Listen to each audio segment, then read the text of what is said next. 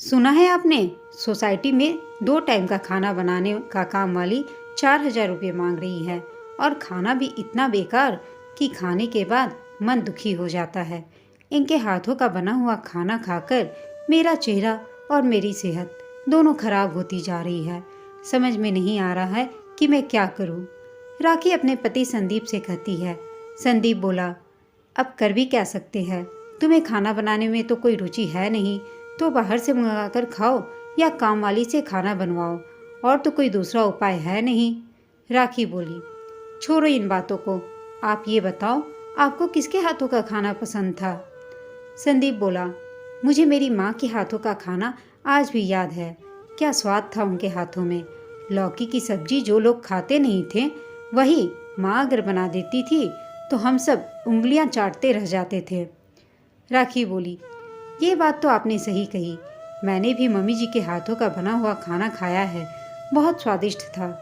आपको आपकी माँ की याद नहीं आती या उनके हाथों के बने हुए खाने का स्वाद लेने का मन नहीं करता कभी। संदीप बोला, ये कैसी बातें कर रही हो तुम, माँ की याद किसको नहीं आती, पर अब क्या कर सकते हैं, माँ की उम्र हो गई है, अब उनसे यह सब कहाँ हो पाता होगा। जब तक दीदी थी पूरा घर भरा रहता था। दीदी की शादी के बाद कुछ साल में माँ के साथ रहा, फिर पढ़ने के लिए बाहर चला गया और नौकरी लग गई। उसके बाद मैं घर में रहा ही कहाँ। राखी के दिमाग में कुछ तो चल रहा था।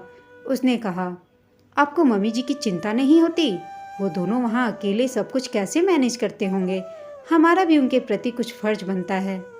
संदीप, अब क्या कर सकते हैं, मम्मी पापा वहाँ रहते हैं, एक दूसरे के बिना इस उम्र में वे अलग भी नहीं रह सकते हैं। तभी राखी बोली, हम उनके लिए कुछ करना चाहिए, उनको अलग क्यों करेंगे हम। ऐसा करते हैं, मम्मी पापा को हम यहीं पे बुला लेते हैं, आपको माँ के हाथ का खाना भी मिल जाएगा और हमारा घर भी भरा भरा रहेगा। सिर्फ हम दोनों ही तो रहते हैं, वो लोग रहेंगे तो कितना अच्छा लगेगा। संदीप बोला, तुम कितनी अच्छी हो जो मेरे माता पिता के बारे में इतना सोच रही हो। एक बार माँ से पूछकर देखना, अगर वो लोग मान गए तो मुझसे ज़्यादा खुश कौन होगा। राखी ने अगले ही दिन अपनी माँ को इस योजना के बारे में बताई। उसकी माँ बोली, ये तुमने अच्छा काम किया, तुम्हारी सास घर में रहेगी तो तुम फ्री होकर रह पाओगी। याद नहीं तुम्हारी दादी का घर का सारा काम संभालती थी और मैं बस उन्हें कह देती थी कि मुझे कुछ नहीं आता, तो मुझे कुछ करना भी नहीं पड़ता था। तो माँ बेटी ने योजना बनाई और राखी ने उस पर अमल किया। रविवार का दिन था। संदीप कुछ सामान लेने के लिए घर से बाहर गए थे। राखी ने अपनी सास शांति जी को फ़ोन किया। शांति जी बेटे बहू का हालचाल पूछी तो राखी बोली, अब क्या बताऊं मम्मी जी, काम वाली के हाथ का खाना खा कर इनकी तो तबीयत ही हर समय खराब रहती है। मैं भी क्या कर सकती हूँ, एक तो इतने पैसे लेती है, ऊपर से खाना भी बेकार बनाती है। हमारी तो आधी सैलरी दवाइयों में ही चली जाएगी। बेटे की तबीयत सुनकर शांति जी बहुत चिंतित हुई और अपने पति कैलाश बाबू को सारी बात बताई। कैलाश बाबू बोले, भावनाओं में आकर कोई कदम मत उठाओ, तुम्हारा बेटा अब कोई छोटा बच्चा नहीं है। नई पीढ़ियों को पुरानी पीढ़ियों के साथ सामंजस्य बैठाने में आजकल बहुत परेशानी हो रही है। पर माँ के दिल को कौन समझाए, वो नहीं मानी और सारी बात अपनी बेटी नेहा को बतलाई। अगले दिन शांति जी की बेटी नेहा का फ़ोन आया। शांति जी ने सारी बात नेहा को बोली। नेहा बोली, माँ, मैं संदीप की पत्नी के स्वभाव को से भली भांति परिचित हूँ, पर मैं आपको वहाँ जाने से मना नहीं करूँगी। वो दोनों नौकरी करते हैं तो ये समस्या तो आती ही रहेगी, पर आपकी भी उम्र हो गई है, आप इतना भाग दौड़ आपके लिए भी अच्छा नहीं है। फिर भी आपकी इच्छा है तो एक बार जाकर मिल लीजिए। फिर कैलाश बाबू ने 4 दिन के बाद का टिकट करवा दिया। दोनों 4 दिन बाद बेटे बहू के पास पहुँचे। उस रोज राखी ने काम वाली से उनके लिए खाना बनवाया और जानबूझकर उसमें तेल और मसाला ज़्यादा डाला, जिसे खाते ही शांति जी बोली, अब बस कल से तुम लोग ये खाना नहीं खाओगे, मैं तुम लोगों के लिए खाना बनाऊंगी। राखी को मौका मिल गया। उसने तुरंत खाना बनाने वाली को काम से निकाल दिया, बस सब्जी काटने के लिए एक काम वाली को रखा। अब रोज शांति जी उन लोगों के लिए स्वादिष्ट खाना बनाती थीं और राखी अपनी जिम्मेदारियों से मुक्त आराम करती थी। धीरे धीरे समय ऐसे ही बीत रहा था। करीबन 20-25 दिन हो गए। एक रोज़ कैलाश बाबू बोले, शांति मेरे लिए चाय बना दो जरा। राखी बोली, पापा जी, मम्मी जी हमारे लिए टिफ़िन बना रही हैं, आप थोड़ी देर बाद चाय पी लीजिएगा। कैलाश बाबू बोले, बहू तुम्हारी सास रसोई में काम कर रही है तो तुम मेरे लिए चाय बना दो। अगर खाना बनाना सीखोगी नहीं तो कल को अपने बच्चों को कैसे खिलाओगी? तुम्हारे हाथों के खाने के स्वाद को वो तरस जाएंगे। राखी मुंह बनाकर बोली, पापा जी मेरे मायके में बहुत सारे रसोइये हैं, मेरी माँ आज तक रसोई में नहीं गई तो मैं कैसे खाना बना सकती हूँ? इतना कहकर मुंह बनाते ही वो वहाँ से चली गई। कैलाश बाबू सब देख रहे थे और समझ भी रहे थे। 1 घंटे बाद जब शांति जी ने चाय देने आई तो वो बोले, शांति कुछ तो अपनी उम्र का ख्याल करो, बहू को सिखाने की जगह तुम इसकी आदत खराब कर रही हो। कब तक तुम यूं ही बनाकर खिलाती रहोगी? तुम्हारे पास वक्त ही नहीं है कि तुम मुझे 1 कप चाय दो। अब तो संदीप ठीक ठाक है, चलो अब घर चलते हैं। शांति जी बोली, कैसी बातें कर रहे हैं? अपने बच्चों के लिए खाना बनाने में कोई माँ थकती है क्या? और मुझे तो खाना बनाना भी बहुत पसंद आता है। तभी नेहा का फ़ोन आया। नेहा माँ की आवाज़ सुनकर बोली, क्या बात है माँ, आप थकी थकी सी लग रही हैं। शांति जी बोली, अरे नहीं नहीं बेटा, अभी अभी तुम्हारे भैया भाभी को नाश्ता करवाया और टिफ़िन बना कर दी हूँ। तुम्हारे पापा नाराज़ रहते हैं कि मैं उन पर ध्यान नहीं देती, तुम उनसे बात करो। कैलाश बाबू ने बेटी की सारी बात बताई। तभी नेहा बोली, पापा मैं माँ को पहले ही बोली थी कि राखी के स्वभाव से वे परिचित हूँ, वो बस अपने आराम के लिए आपको वहाँ बुलाई है। माँ की उम्र है अब रसोई में काम करने की, अगर आप लोग बीमार पड़ गए तो सोचिए वहाँ माँ की सेवा कौन करेगा? मेरी बात मानिए, संदीप अब बिल्कुल ठीक है तो आप लोग वापस चले आइए। कैलाश बाबू सोच रहे थे कि कैसे बेटे से कहूँ कि अब तुम्हारे घर में हमारा जी नहीं लगता। इसी उधेड़ बुन में थे वो। तब नेहा ने एक रोज़ राखी को फ़ोन किया और कहा, भाभी माँ के हाथों का खाना खाकर आपको आपकी माँ की याद आ गई होगी। राखी मुंह बनाकर बोली, नहीं दीदी, मुझे ऐसे भी रसोइये के हाथ के खाने की आदत है। वो तो आपके भाई को मम्मी के हाथ के खाने की याद आती थी। वैसे मम्मी जी खाना बनाती हैं बहुत स्वादिष्ट, तो उनके खाने का स्वाद किसे याद नहीं रहेगा।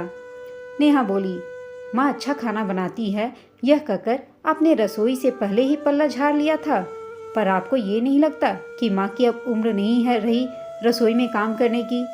राखी बोली, हमें उनका ख्याल है, आप चिंता मत कीजिए यहाँ की।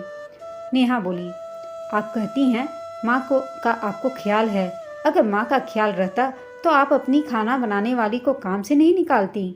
बच्चों को माँ के खाने का स्वाद पसंद है, इसका मतलब यह नहीं कि वो माँ को बुढ़ापे में भी रसोई की जिम्मेदारी सौंप दे। माँ को तकलीफ होगी तो बेटी को तो दर्द होगा ही। नेहा की बात सुनकर राखी बहुत नाराज हुई और अपना सारा गुस्सा उसने संदीप पर निकाला। संदीप सब कुछ सुनने के बाद शांति जी के पास गया और बोला, माँ क्या आपको इस घर में कोई तकलीफ हो रही है? क्योंकि दीदी ने राखी को फ़ोन करके बहुत कुछ सुनाया है। शांति जी चुप रहीं। कैलाश बाबू बोले, सोचो बेटा, दूर बैठी बेटी को माँ की तकलीफ दिख गई और यहाँ बहू सास के खाने का स्वाद लेती रही, उसके सूजे में घुटने नहीं दिखे, तुम भी बस उसके खाने का स्वाद लेते रहे। अगर बहू सास का दर्द समझने लगे तो कोई भी बेटी क्यों माँ के लिए बोलेगी? राखी बोली, पापा जी मैंने कितनी बार मम्मी जी को कहा है कि आप बैठकर खाना बनाइए, पर वो सुनती ही कहाँ है। कैलाश बाबू बोले, देखो बहू, यहाँ भी पहले तुमने अपनी समस्या का समाधान ढूंढा, अपनी सास की तकलीफ नहीं देखी। तुमने सास को सास नहीं बावर्ची समझा है। यहाँ हमें बुलाने का अभिप्राय तुम्हारा क्या था वो तो हम पहले दिन से ही समझ गए थे, पर मैं क्या बोलूँ, माँ का हृदय बस अपने बच्चों की तकलीफ देखता है। वही शांति जी को भी दिखा। संदीप चुपचाप सब सुन रहा था। कैलाश बाबू बोले, संदीप तुम्हें माँ के खाने का स्वाद तो याद रहा, पर माँ की बीमारी याद नहीं रही कि उसे लगातार डॉक्टर ने खड़ा रहने से मना किया है। मानता हूँ तुम्हारी माँ अच्छा खाना बनाती है, पर तुमने सोचा कि हम 2 लोगों के लिए भी घर पर हमने खाना बनाने वाली रखी है ताकि तुम्हारी माँ को आराम मिल सके। बेटा तुम्हारी माँ वही है, पर उसके शारीरिक क्षमता कम हो चुकी है। तुम जितना अपनी पत्नी का ख्याल रखते हो, मुझे भी तो अपनी पत्नी का ध्यान रखना ही होगा। तो यही सोचकर कह रहा हूँ 2 दिन बाद कि हमारे जाने के टिकट करवा दो। और वो शांति जी को सहारा देते हुए कमरे में ले गए। रात में शांति जी पति से बोली, एक ही बेटा है जी हमारा, आपने इतना कुछ कह दिया, बहू बेटे कहीं नाराज ना हो जाएं। वो बोले, अगर जरा सा भी अपनी माँ का दर्द वो महसूस करेगा तो वो बिल्कुल बुरा नहीं मानेगा। अब इस मोह माया को छोड़ो, बहुत दिन तुमने अपने हाथों से बनाकर खिला दिया बेटे बहू को, अब अपना ख्याल करो और सो जाओ। 2 दिन बाद शांति जी जाने लगी तो बेटे का चेहरा उदास था, जो कि वाजिब था। कैलाश बाबू बोले, बहुत एक बात याद रखना, जब माँ बच्चे को बनाकर निवाला मुंह में देती है तो उनका रिश्ता और गहरा होता जाता है।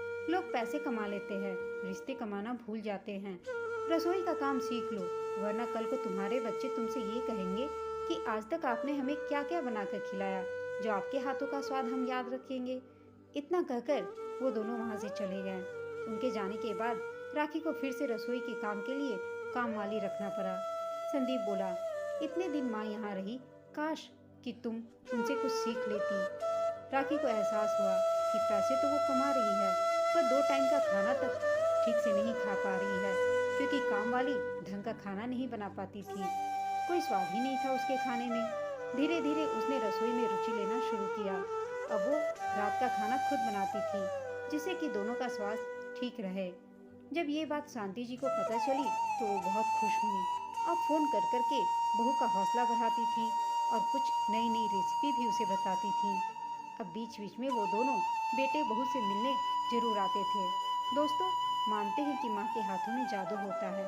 उनके हाथों का स्वाद उताउम्र में याद रहता है, पर क्या स्वार्थ में आकर उसी माँ को हम बावर्ची समझने लगते हैं? बावर्ची के हाथों में वो स्वाद क्यों नहीं रहता? क्योंकि वो काम समझकर हमारे लिए खाना बनाते हैं, परंतु माँ उस खाने में मसाले के साथ साथ अपनी ममता भी मिलाती है, तभी तो वो स्वाद हमारे जहन में याद रहता है। दोस्तों, आपको यह कहानी कैसी लगी हमें कमेंट करके अवश्य बताइएगा। कहानी अच्छी लगी हो तो इसे लाइक शेयर जरूर कीजिएगा। चैनल पर नया है तो प्लीज़ चैनल को सब्सक्राइब करना ना भूलें। कहानी सुनने के लिए आप सबका धन्यवाद।